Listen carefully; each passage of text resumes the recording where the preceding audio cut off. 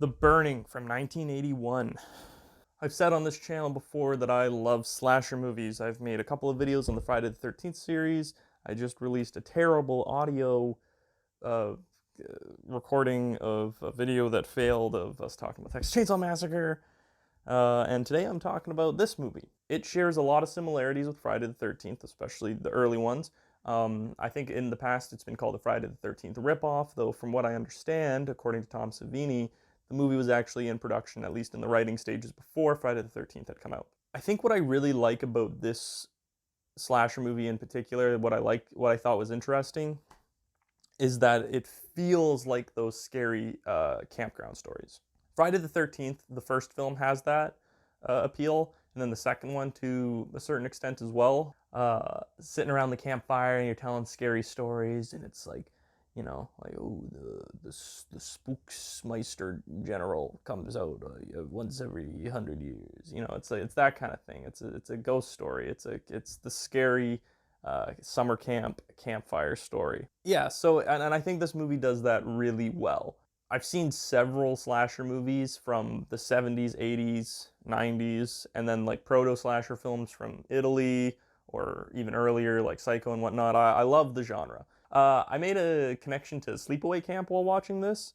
Sleepaway Camp features actual like campers getting murdered that are like young. Like if I remember correctly, there's a scene where like it's the young kids' bodies are found, which I found interesting because typically in most slasher movies that I've seen, it's teenagers who are very clearly played by adults getting killed or young adults, college students being killed. And Friday the 13th, especially, it's usually like you would assume 18, 19, 20-year-olds going to their dad's cabin out in the woods, and, you know, then Jason comes and kills them.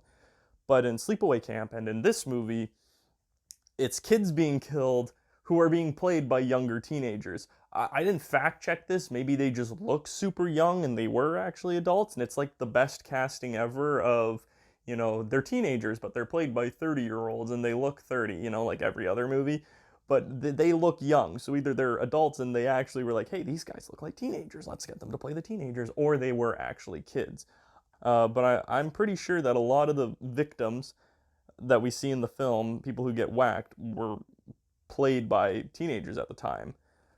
I don't know. I don't know where I'm going with this other than that it made me mildly uncomfortable. Like, I don't know.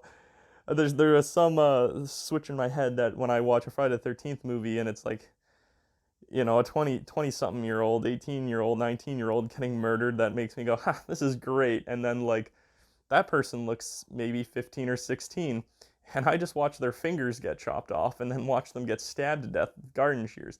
I feel bad. Special effects were done by Tom Savini. Apparently he didn't have as much time on this film as he has had on other projects, but I still think that they looked pretty good. The infamous raft kill is fantastic. There's a lot of really awkward scenes that are like shot day for night, or it's supposed to be nighttime, but you can very clearly see the blue sky, and it just didn't look that great. This film has the unfortunate distinction of being a very early Harvey Weinstein film, or production. So, do with that. But George Costanza's in it, so that's awesome. I enjoyed The Burning. I really liked the atmosphere it created. I really liked the isolation that it had. I liked the killer. You know, not every slasher film ever made needed a sequel, and from what I understand, there is no Burning 2, which, you know, that's okay. I would be down to watch 8 more Burning movies, but yeah, you know, one's fine. I'm gonna try and work my way through even more slasher movies. I might watch The Prowler, which I've long overdue, still haven't seen that, and I want to watch Mutilator. But yeah, so I'm on a bit of a kick right now, so maybe you'll see more slasher reviews coming down the pipe. I'm gonna give it a 7 dismembered fingers out of 10. Thanks for watching.